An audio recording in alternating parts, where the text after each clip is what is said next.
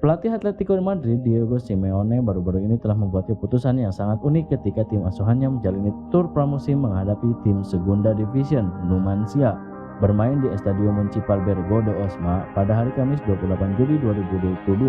Atletico menang telak 4-0 atas Numancia.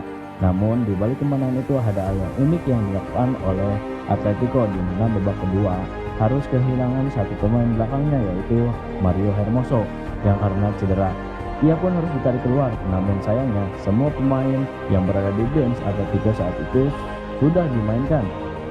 Dan Atletico hanya menyisakan satu kiper muda bernama Antonio Gomez. Alhasil, Gomez yang sebelumnya belum pernah menjalin debut bersama tim Atletico akhirnya diberi kesempatan untuk debut di laga itu. Namun, yang paling unik, pemain berusia 19 tahun itu bukannya debut di bawah misal gawang, namun ia menjalin debut sebagai striker di depan gawang. Pemain berusia 19 tahun ini mengisi pos di depan dan berduet dengan pemain asal Brasil Matheus Cunha. Bahkan sebelum masuk ke lapangan, Gomez terpaksa harus menggunakan jersey rekannya Felipe Augusto de Almeida. Menariknya, debut Gomez menjadi saat itu tidak terlalu buruk, dan Gomez pun buka suara perihal tanggapan debut pertamanya.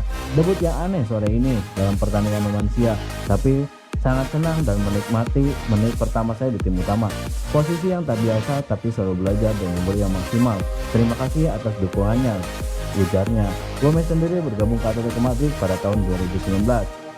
Setelah sebelumnya tergabung di Akademi Almeria, pada 2021 Gomez dipromosikan ke tim B Atletico Madrid dan tampil di UEFA Youth League. Rumor Manchester United terhadap Adrian Rabiot nampaknya bukan sekedar gosip belaka. Kini, sang pelatih Erik ten Hag dilaporkan turun tangan untuk menyukseskan transfer ini. Menurut info United Infocus, pada Senin 8 Agustus kemarin, ten Hag memutuskan untuk menelpon Rabiot secara langsung. Dalam pembicaraan itu, ia mengungkapkan ketertarikannya pada sang gelandang. Menurut laporan tersebut, The Red Devil saat ini tinggal menunggu restu Rabiot agar sang gelandang bisa pindah ke MU. Usai menghentikan pengejaran terhadap striker Marco Arnautovic, Manchester United terus memburu striker di sisa bursa transfer musim panas ini. Kali ini giliran striker PSV Eindhoven Cody Gakpo yang diincar. Selain Cody Gakpo, The Red Devil juga nampaknya masih tertarik sosok Milinkovic. Klub berjuluk The Red Devil ini dilaporkan sekali lagi mencoba merekrut gelandang Lazio itu di musim panas ini. Unsur Portugal terus berlanjut di Wolverhampton Wanderers, sebab Wolves baru saja meresmikan pemain sayap dari Valencia, yaitu Gonzalo Guedes. Wolves harus merogoh kocek sebesar 35 juta pounds atau setara dengan 630 miliar rupiah untuk merekrut Guedes dari kelenggaran hitam. Winger 25 tahun tersebut diikat kontrak jangka panjang selama 5 musim, dan Guedes sudah menginjakkan kakinya di Inggris pada hari Rabu 9 Agustus 2022 waktu setempat.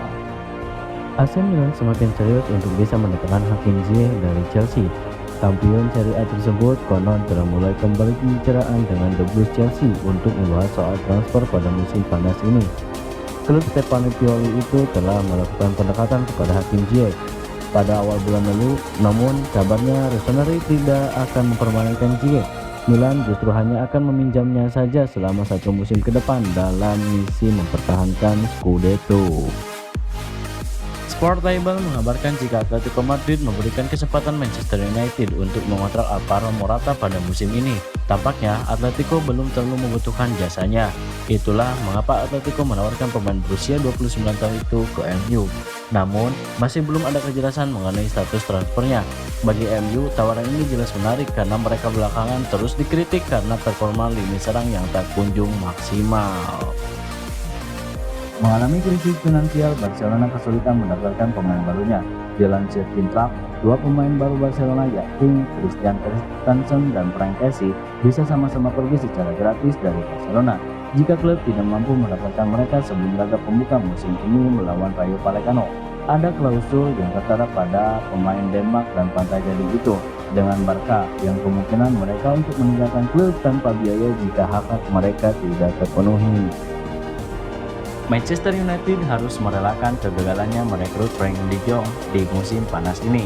Gelandang Barcelona itu dilaporkan bakal jatuh ke pelukan Chelsea di musim ini. Menurut laporan Metro, The Blues intens berkomunikasi dengan Barcelona. mereka menegosiasikan berapa mahar transfer sang gelandang di musim ini. Mereka dikabarkan sudah mencapai kata sepakat terkait mahar De Jong. Jadi Chelsea sedikit lagi akan menuntaskan transfer sang pemain. Timnas Indonesia U16 sukses menyikat Myanmar pada pertandingan semifinal Piala AFF U16 Rabu 10 Agustus 2022 di Nugoharjo Stadium Sleman. Anak asuh coach Bima Sakti tertinggal lebih dulu melalui Naming Tet di babak pertama. Indonesia berhasil menyamakan kedudukan 1-1 melalui gol tendangan bebas Rizky Afrizal. Skor imbang kembali dilanjutkan dengan adu tendangan penalti. Di momen ini, kiper Andika berhasil membendung eksekutor penonton Myanmar sehingga Indonesia pun menang 5-4. Di final nanti Indonesia akan bertemu dengan Vietnam pada Jumat 12 Agustus 2022. Back from the dead.